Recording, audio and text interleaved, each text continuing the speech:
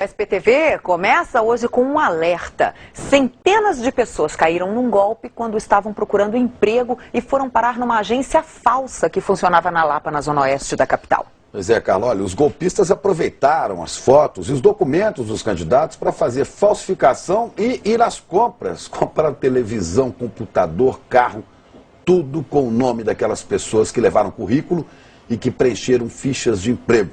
Quer dizer, além de desempregado, ainda cai num golpe desse. Coisa terrível que a Sabina Simonato está acompanhando. Sabina, quem fez ficha na agência pode estar com o nome sujo, é?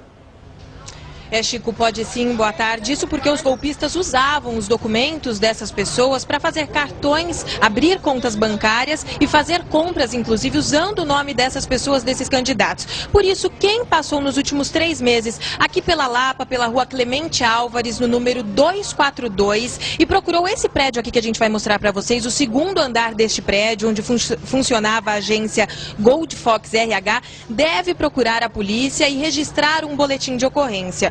Olha, durante toda a manhã nós ficamos aqui no endereço da falsa agência, nenhum funcionário, nenhum responsável pela empresa apareceu por aqui não. Mas muita gente desavisada veio sim hoje cedo aqui à procura de uma chance de emprego.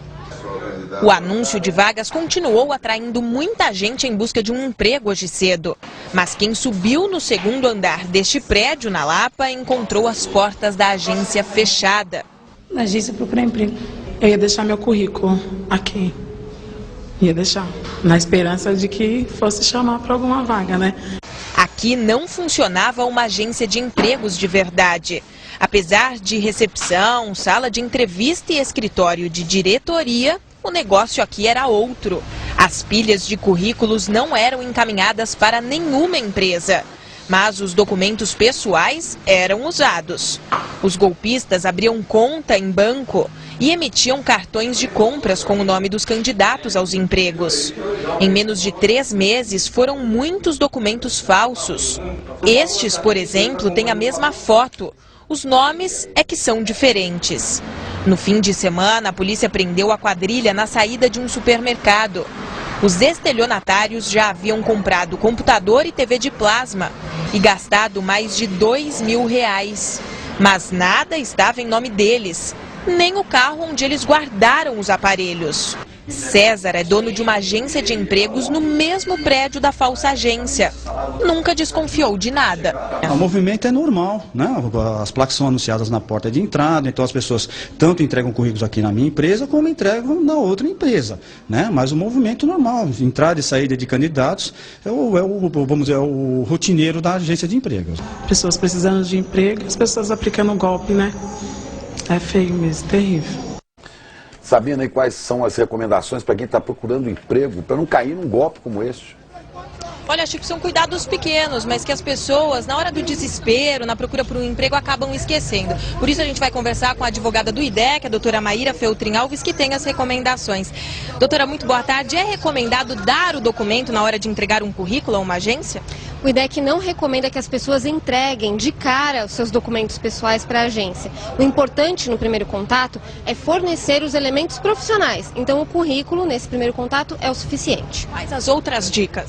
O consumidor sempre deve procurar saber sobre a empresa, saber de pessoas que já tiveram serviço dessa empresa, se foram recolocadas, se tiveram algum problema. Então, uma empresa muito recente, que abriu de maneira muito recente, as pessoas devem buscar informações e talvez até evitar contratar logo de início com essas empresas antes de terem informações concretas sobre a atuação no mercado. Agora, algumas pessoas dizem que pagam pelo serviço, aliás, para ser recolocado no mercado, enfim. Isso está certo?